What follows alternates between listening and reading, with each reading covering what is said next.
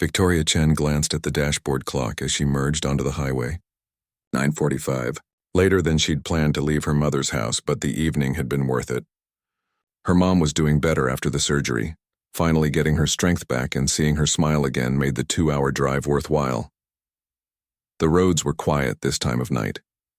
Just a few scattered cars, their taillights glowing red in the distance. Victoria kept her speed steady. Cruise control set exactly at the limit. After 20 years in law enforcement, following traffic laws had become second nature. She didn't speed, didn't roll through stops, always used her turn signal. It wasn't just about being a good citizen. It was about not giving anyone a reason to pull her over. She'd learned that lesson early in her career. The GPS guided her off the highway and onto the local roads that would take her home. Tree-lined streets, modest houses with porch lights glowing. This was the kind of neighborhood where people knew their neighbors, where kids still played outside until the streetlights came on. Victoria approached the intersection of Maple and Oak, saw the stop sign ahead and pressed the brake. The car came to a complete stop. She counted in her head, 1, 2, 3, an old habit from driver's education that had stuck with her. Then she checked both ways and proceeded through the intersection. That's when she saw the flash of red and blue lights in her rearview mirror. Her stomach tightened. She hadn't been speeding. She'd stopped at the sign. What could this possibly be about? Victoria flipped on her turn signal and pulled over to the curb, her movements calm and deliberate despite the adrenaline starting to pump through her system. She put the car in park, turned on the interior light, and placed both hands on the steering wheel where they'd be clearly visible. These weren't the actions of someone nervous about getting caught doing something wrong. These were the actions of someone who'd been trained extensively on how to survive interactions with law enforcement, someone who'd sat through countless seminars on officer safety and understood exactly what made cops nervous during traffic stops. In her rearview mirror, she watched the patrol car pull in behind her. A single officer emerged, adjusting his duty belt as he walked toward her vehicle with that particular swagger some cops developed after years on the job. He was maybe in his late 30s, physically fit, and moving with the confidence of someone who'd done this 1,000 times. Victoria kept her hands on the wheel and waited. The officer reached her window and immediately shone his flashlight directly into her face. She resisted the urge to squint or look away. "Good evening, officer," she said, her voice calm and respectful. "What seems to be the problem?" "License and registration," he said, not answering her question. "You ran that stop sign back at Maple and Oak." Victoria's mind immediately replayed the intersection. She'd stopped. She was certain of it.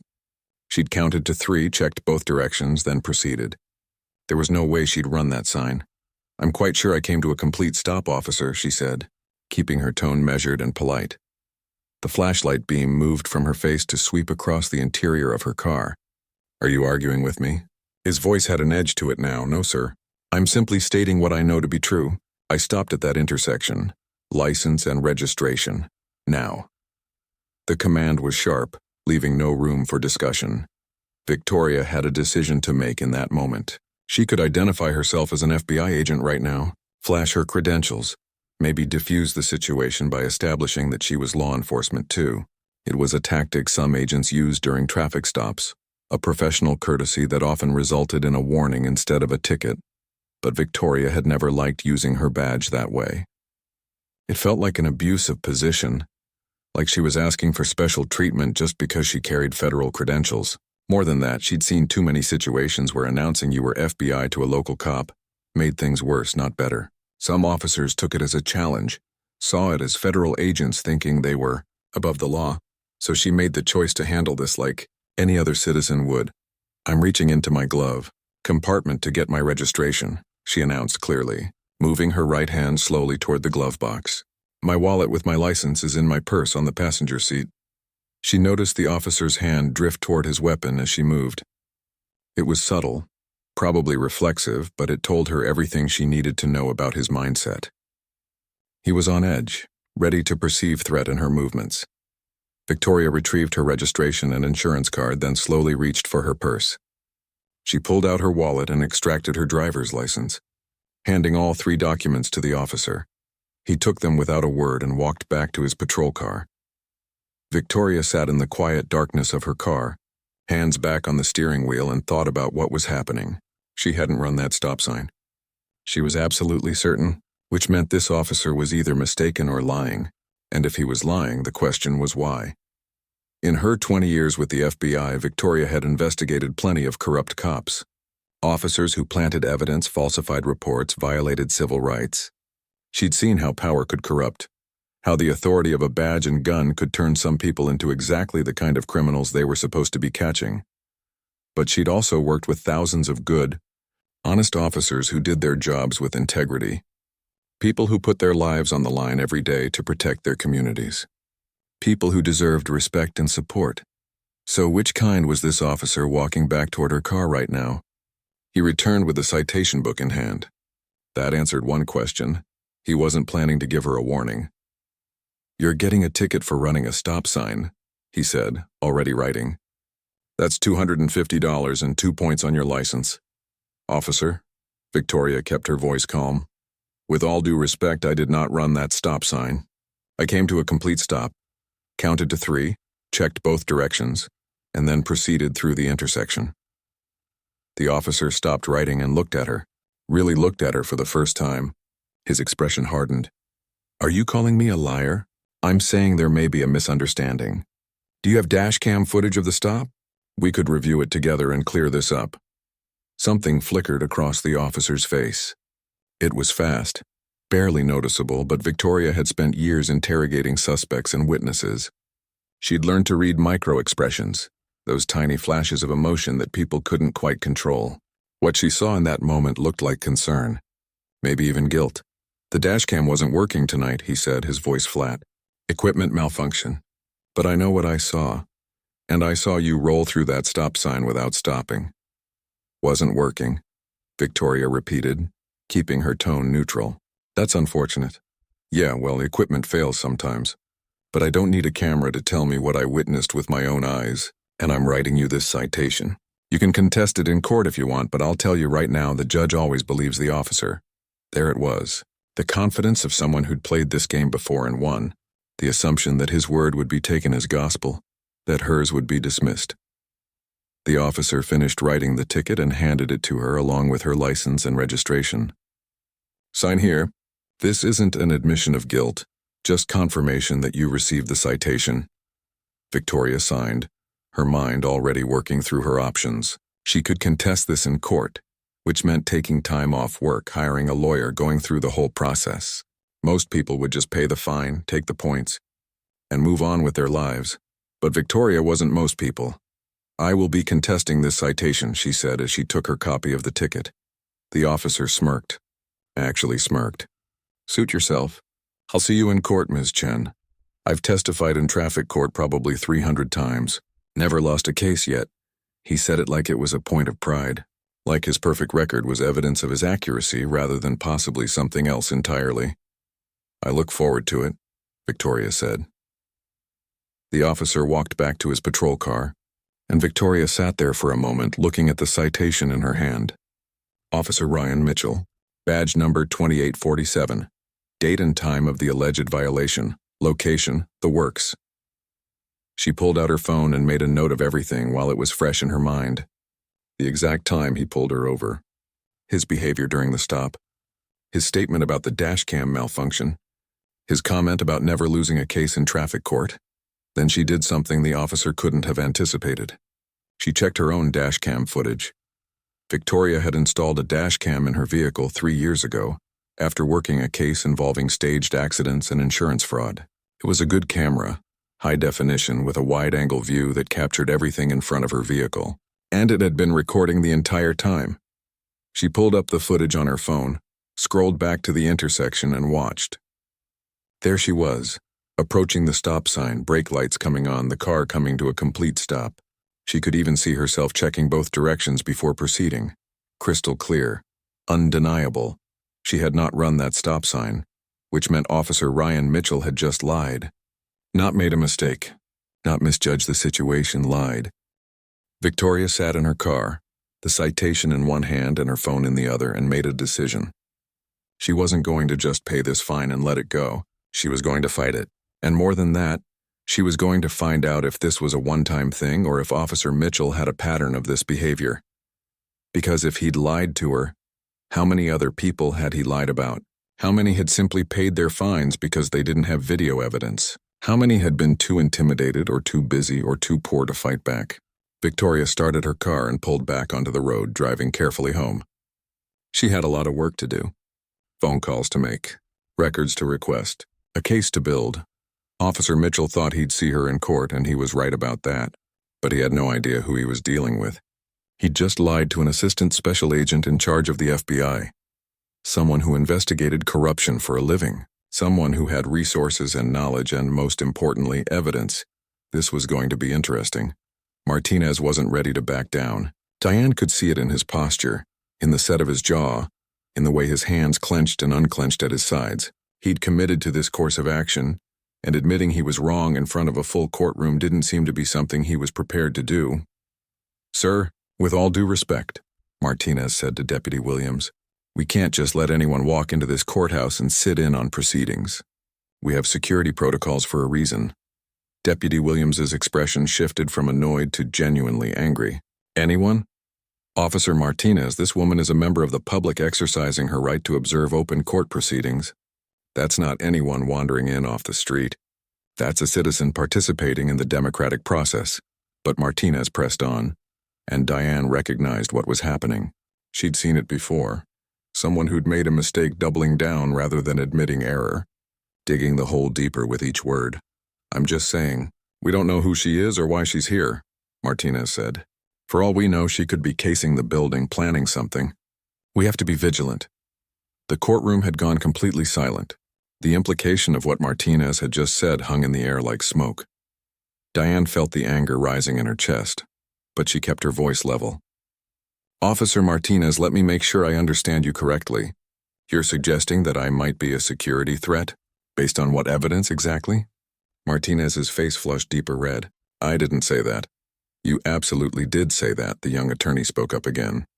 "You just suggested she might be planning something. We all heard it." "I was speaking generally about security concerns." "No, you weren't," Diane interrupted, her voice still calm but carrying more weight now. "You were speaking specifically about me. So I'll ask again. What exactly about me suggests I'm a security threat? Is it something I said? Something I did? Or is it simply something about the way I look?" The question landed like a stone in still water, sending ripples through the courtroom. Several people shifted uncomfortably in their seats. Officer Chen closed her eyes briefly, as if she knew exactly where this was heading and wished she were anywhere else. "That's not what I meant," Martinez said, but his voice had lost its earlier confidence. "Then what did you mean?" Diane asked. She stood up now, not aggressively, but with the quiet dignity of someone who'd spent decades commanding respect in courtrooms. "Because I arrived early. I passed through security without incident. I'm appropriately dressed. I'm sitting quietly in the back row. This is an open session. So what specifically made you decide that I, unlike everyone else in this courtroom, don't belong here?" Martinez opened his mouth and closed it again. He had no good answer, and they both knew it. Deputy Williams stepped in, trying to de-escalate. "Officer Martinez, I think we can all agree this has been a misunderstanding. The session is open to the public. This woman has every right to be here, and we need to move on so the judge can take the bench." But Diane wasn't quite ready to let it go. Not because she wanted to make Martinez suffer, but because she needed him and everyone else in that courtroom to understand what had just happened. "It's more than a misunderstanding," she said quietly. "It's a violation of my civil rights. Officer Martinez didn't just ask me to leave. He threatened to have me forcibly removed from a public courtroom where I have every legal right to be. And when I asserted those rights, he suggested I might be a security threat. That's not a misunderstanding. That's discrimination." "Ma'am, I never said anything about—" Martinez started. "Don't," Diane said, and there was steel in her voice now. "Don't make this worse by pretending you don't know exactly what just happened here. I've spent too many years in courtrooms to accept that kind of deflection." Officer Chen finally spoke up, her voice quiet but firm. "Blake, I think you should step outside. Let me handle this." Martinez looked at her, then at Deputy Williams, then back at Diane. For a moment, Diane thought he might actually apologize. Instead, he turned and walked toward the side door, his movement stiff with wounded pride. As he reached the door, he paused and looked back. "I was just doing my job." "No," Diane said. "You were doing what you thought your job was. There's a difference." After Martinez left, the tension in the courtroom didn't immediately dissipate. People were still whispering, still processing what they'd witnessed. Several were holding up their phones. They'd been recording the whole exchange. Deputy Williams approached Diane. "Ma'am, again, I apologize. That should never have happened." "You're right. It shouldn't have." Diane sat back down, picking up her notebook. "But it did happen, and I imagine it happens more often than anyone wants to admit." "Can I ask your name?" Deputy Williams said. "I'll need to file a report about this incident." Before Diane could answer, the courtroom phone rang. It was an old-style landline mounted on the wall near the judge's bench. Deputy Williams excused himself and went to answer it. "Courtroom 4B, Deputy Williams speaking." He listened for a moment, his expression shifting from professional attention to confusion to something close to alarm. "Yes, she's here. May I ask who's calling?" "I see, yes, of course. Right away, sir." He hung up the phone and stood there for a moment, staring at it like it might suddenly sprout wings and fly away. "Ma'am," he said, turning back to Diane, his voice noticeably different now. "I need to speak with you privately." "Would you please come with me?" Diane could see the confusion in his eyes, the questions he didn't quite know how to ask. "Of course." She stood and followed Deputy Williams toward the door to the judge's chambers. As they passed Officer Chen, Diane heard the older woman whisper to her young colleague, "Something's not right here." "Who was that call from?" The hallway behind the courtroom was quiet and lined with photographs of former judges who'd served in this courthouse. Deputy Williams led Diane to a small conference room and held the door open for her.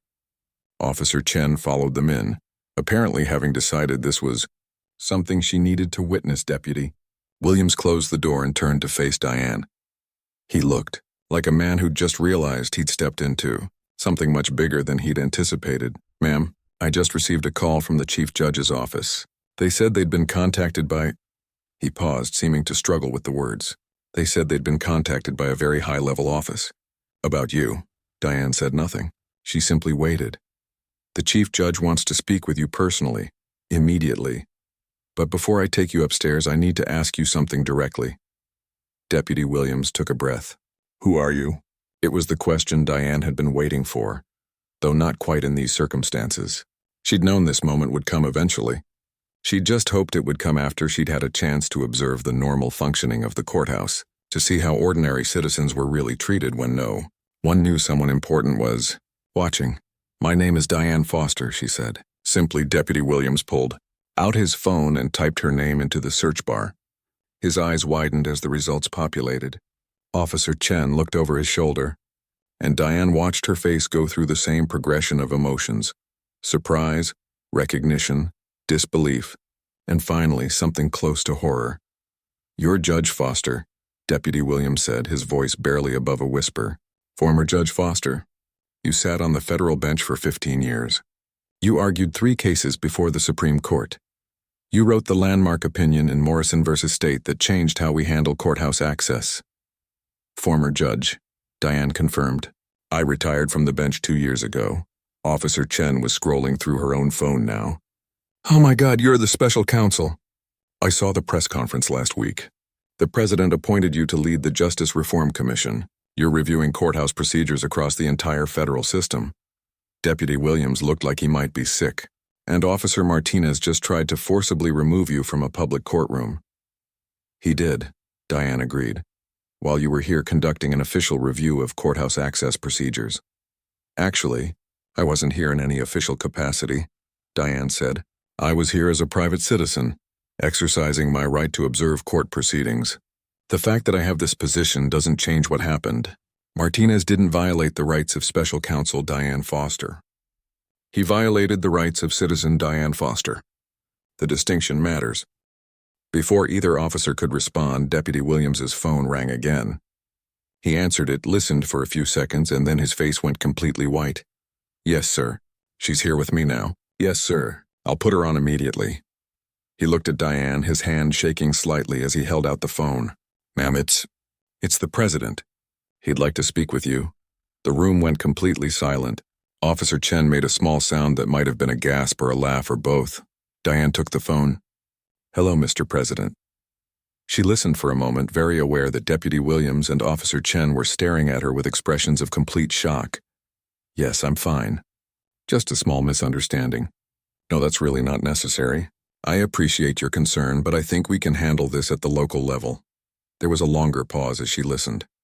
"I understand, sir, but this is exactly the kind of situation I was appointed to address. If we overreact, if we come down too hard, we lose the opportunity to use this as a teaching moment." Another pause. "Yes, sir. I promise I'll call you if there are any problems. I'll see you at tomorrow's briefing. Thank you. Goodbye, Mr. President."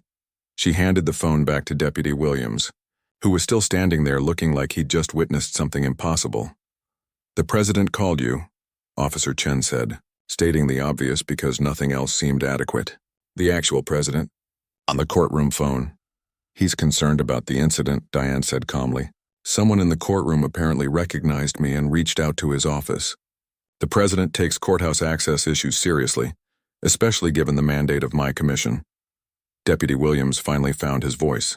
"Judge Foster, I cannot apologize enough for what just happened." Officer Martinez had no right. "Officer Martinez had every right to ensure security in the courtroom," Diane interrupted. "What he didn't have the right to do was assume I didn't belong here based on nothing but his own biases. What he didn't have the right to do was threaten to remove me from a public proceeding when I'd broken no rules. What he didn't have the right to do was suggest I might be a security threat simply because I asserted my constitutional rights." She looked at both officers carefully. "This is why I accepted the President's appointment. Because what happened to me today happens to ordinary citizens all the time. They get questioned, dismissed, treated as suspicious simply because of how they look or where they're from. And most of them don't have the resources or knowledge to fight back. They certainly don't have the President's phone number." Officer Chen sank into one of the conference room chairs, her face pale. "Officer Martinez is going to be fired, isn't he?" Diane considered the question. "That depends on several things. Whether he's willing to learn from this, whether this is a pattern of behavior or an isolated incident, whether he can acknowledge what he did wrong and commit to doing better." "But you're going to report this," Deputy Williams said. It wasn't a question. "Of course I'm going to report this. This is exactly the kind of situation my commission was created to address. But my goal isn't to get people fired. It's to fix broken systems and change problematic attitudes. Officer Martinez is a symptom, not the disease." She pulled out her notebook and opened it. "I need to ask you both some questions if you don't mind. How long has Officer Martinez worked here?" "About 10 years, Deputy Williams said. "He transferred from another courthouse about 5 years ago." "Why did he transfer?" Deputy Williams and Officer Chen exchanged a look. Chen spoke up. There were some complaints at his previous posting. Nothing that resulted in formal discipline, but enough that his supervisor suggested a fresh start might be good for everyone. "What kind of complaints?" "Similar to today from what I heard," Chen said quietly. "Aggressive enforcement of rules, especially with certain members of the public. There were accusations of profiling, but nothing was ever proven." Diane wrote that down. "And after he transferred here, were there any complaints about his conduct?" Another exchange of looks. Deputy Williams cleared his throat. "There have been a few informal complaints. People who felt they were treated rudely or unfairly, but nothing that went through official channels." "Why not?" Diane asked, though she suspected she knew the answer. "Because most people don't know how to file official complaints," Chen said. "And honestly, the process is intimidating. You have to fill out forms, provide detailed accounts, sometimes come back for follow-up interviews. A lot of people just want to get through their court business and never come back. They don't want to spend extra time fighting about how they were treated." Diane nodded. This was one of the core problems her commission had been tasked to address. The complaint process in most courthouses was so burdensome that it effectively discouraged people from reporting problems, which meant problematic officers like Martinez could continue their behavior for years without facing real consequences. "What about other officers?" Diane asked. "Have any of Martinez's colleagues raised concerns about his conduct?" Deputy Williams shifted uncomfortably. "Informally, yes. Officer Chen here has mentioned to me a few times that she thought Martinez was too aggressive with certain members of the public. Why didn't you report those concerns?" Diane asked Chen directly. The older officer looked down at her hands. Because I didn't want to be seen as not supporting my fellow officers. Because the culture here is that we back each other up, even when we privately disagree with how someone handled a situation. Because, she paused, because I didn't want to rock the boat, and I'm ashamed to admit that now. It was an honest answer, and Diane appreciated it. That culture, the one where officers feel they can't report legitimate concerns about their colleagues, that's something we need to change. You shouldn't have to choose between professional integrity and professional loyalty. There was a knock on the conference room door. Deputy Williams opened it to find a young clerk holding a tablet. "Sir, the Chief Judge wants to see you immediately. He says to bring Judge Foster with you." Diane stood. "Shall we?" The walk to the Chief Judge's chambers was quiet. They passed through hallways Diane had walked countless times during her years on the bench, though always before with a different status. Then she'd been a colleague. Now she was something else, an investigator, a reformer, someone with the president's backing to dig into problems that had been swept under the rug for too long. Chief Judge Robert Hendricks was waiting in his chambers. He was in his late 60s with silver hair and the kind of distinguished bearing that came from decades on the bench. He stood when Diane entered, and she could see the mix of emotions on his face: embarrassment, concern, and something that looked like resignation. "Judge Foster," he said, extending his hand. "I wish we were meeting under better circumstances." "So do I, Judge Hendricks." Diane shook his hand firmly. "Please, sit down. Can I get you some coffee? Water?" "Water would be fine, thank you." Once they were settled, Chief Judge Hendricks leaned back in his chair and looked at Diane with tired eyes. "I received a rather alarming call from the White House about 20 minutes ago. The President's Chief of Staff wanted to know why one of my court officers had attempted to forcibly remove his special counsel from a public courtroom." "And what did you tell him?" "That I had no idea what he was talking about, which was true at the time. I've since been briefed on what happened." He shook his head. "Judge Foster, I apologize. This is exactly the kind of incident that shouldn't happen in any courthouse, much less mine." "It happened," Diane said simply. "The question now is what we do about it." "I'm prepared to terminate Officer Martinez immediately." "No," Diane interrupted. Chief Judge Hendricks blinked in surprise. "No, not immediately. Not without a thorough investigation and an opportunity for him to explain his actions. If we fire him right away, it looks like retaliation because of who I am. That's not the message I want to send. But he violated your rights. He violated the rights of a citizen," Diane corrected. "The fact that I happen to be a former judge and current special counsel doesn't make the violation worse. It just means I have the platform to do something about it. If we treat this as a special case because it happened to me, we miss the opportunity to address the underlying problems." Chief Judge Hendricks studied her for a long moment. "You're serious about this reform work, aren't you? This isn't just a political appointment for you." "Judge, I gave up a lifetime appointment to the federal bench to take this position. I did that because I believe in the potential of our justice system. But I'm also deeply troubled by how often that potential goes unrealized. What happened to me today is a small example of a much larger problem." She pulled out her notebook. "With your permission, I'd like to conduct a comprehensive review of this courthouse's procedures, security protocols, complaint processes, training programs, everything. And I'd like to use what happened today as a case study in my report to the President." "You're going to write about this," the Chief Judge said. "Not quite a question. I'm going to write about this. But I'm also going to write about what we do next, how we respond to the problem, how we use it as an opportunity to improve. That's the story I want to tell. Not just that there was a problem, but that when confronted with that problem, this courthouse chose to address it honestly and thoroughly." There was another knock on the door. The Chief Judge's assistant poked her head in. "Sir, I'm sorry to interrupt, but there's a situation. Some of the people who were in the courtroom during the incident with Judge Foster, several of them are asking to speak with you, and there are reporters in the lobby. Apparently, video of what happened is already circulating on social media." Chief Judge Hendricks closed his eyes briefly. "Of course it is." Diane wasn't surprised. She'd seen the phones out, seen people recording. In today's world, incidents like this didn't stay contained.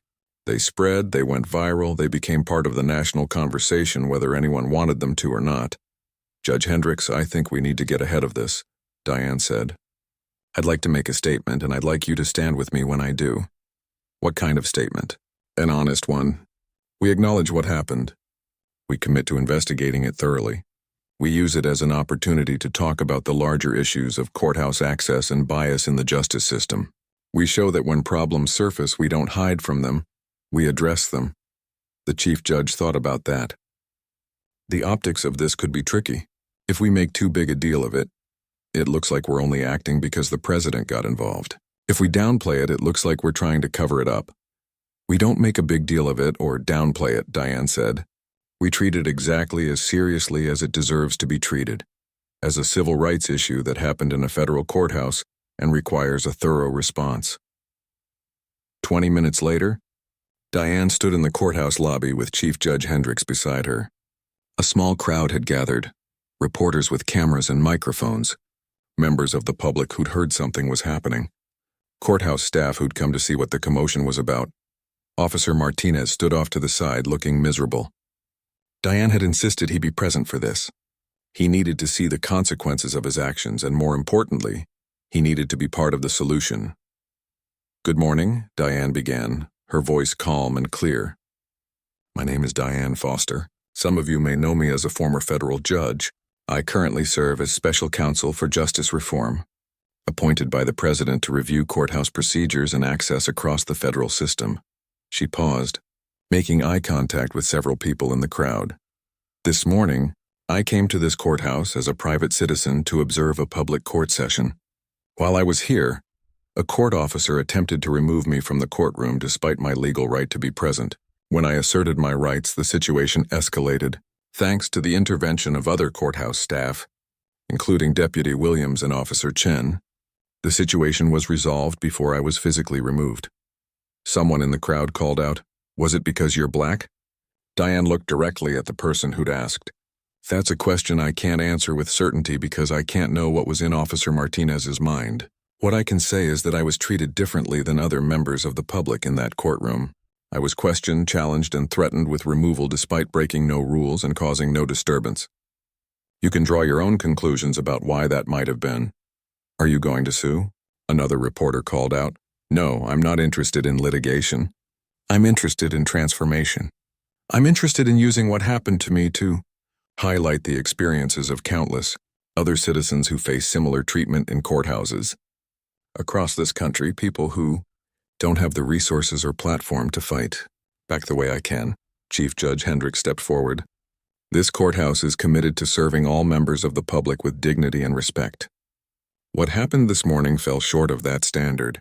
We will be conducting a thorough investigation, not just of this specific incident, but of our broader procedures and training. Judge Foster has agreed to work with us on that review, and we're grateful for her expertise." A young woman in the back raised her hand. Diane recognized her as the crying woman who'd been in the front row of the courtroom. "Judge Foster, I was there this morning. I watched what happened to you. And I just want to say, thank you. Thank you for not backing down. Thank you for standing up for your rights. My son is in custody and I come to this courthouse every week for hearings. I've been treated poorly by staff here more times than I can count. I've always been too afraid to say anything.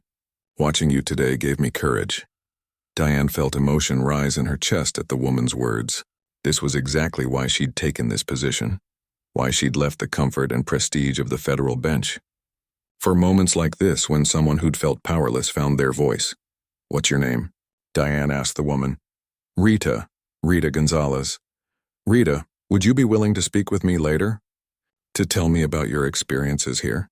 I promise anything you share will be kept confidential unless you give me permission to use it." Rita nodded, wiping tears from her eyes. "Yes, I'll tell you everything." After the press conference ended, Diane spent 2 hours in a conference room talking with people who'd come forward. Rita wasn't alone. 7 other people approached her, each with stories of being treated dismissively, rudely, or suspiciously by courthouse staff. An elderly Latino man described being questioned extensively about why he was attending his grandson's hearing, as if he needed a special reason to support his family. A young black woman talked about security staff following her through the building, assuming she didn't belong despite her Bar Association ID clearly visible. A man in a wheelchair shared his frustration with accessibility issues and staff who seemed annoyed by his needs. Diane took careful notes, asked detailed questions, and thanked each person for their courage in coming forward. These weren't just anecdotes. They were data points in a pattern of systemic problems that needed to be addressed. By early afternoon, the video of the morning's incident had spread across social media. It had been edited down to a 3-minute clip that showed Martinez telling Diane to leave, her calm refusal, and the escalation that followed. The hashtag Courthouse Justice was trending on Twitter. The response was swift and divided. Some people praised Diane for standing her ground. Others questioned why she hadn't simply identified herself as a former judge from the beginning. Some accused Martinez of racial profiling. Others defended him as just doing his job. Diane read through some of the comments and social media posts, trying to gauge public sentiment. One post in particular caught her attention.